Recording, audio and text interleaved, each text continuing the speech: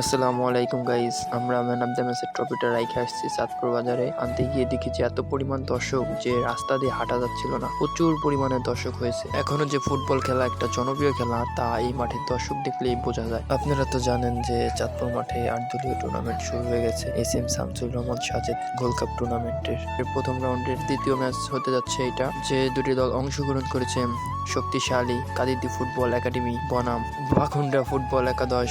খেলার ফলাফল বাখুন্ডা ফুটবল একাদশ 1, আদিতি ফুটবল একাডেমি 0। তারপর অনেক কষ্টের পর মাঠের ভিতর ঢুকলাম। তারপর হেঁটে হেঁটে যাচ্ছি যে মঞ্চের দিকে চেয়ারম্যানের কাছে, যে এই যে দেখা যাচ্ছে যে কাদিদি একাডেমির ডাগ আউট, এইখানে ছিল কাদিদি একাডেমির প্লেয়াররা। তারপর আবার হাঁটতেছি, হাঁটতে হাঁটতে যাইতেছি, দর্শকগুলোকে দেখে যে কিভাবে দাঁড়িয়ে আছে। এত পরিমাণ দর্শক হয়েছে যে আমাদের মাঠের চারো সাইডে অনেক জায়গা ছিল, কিন্তু যে তারপরও সব সাইডে দর্শকে ভরে গেছে। এইখানে দেখা যাইতেছে বড় ভাইরা সব বসে আছে, আমিও এখানে বসে পড়লাম।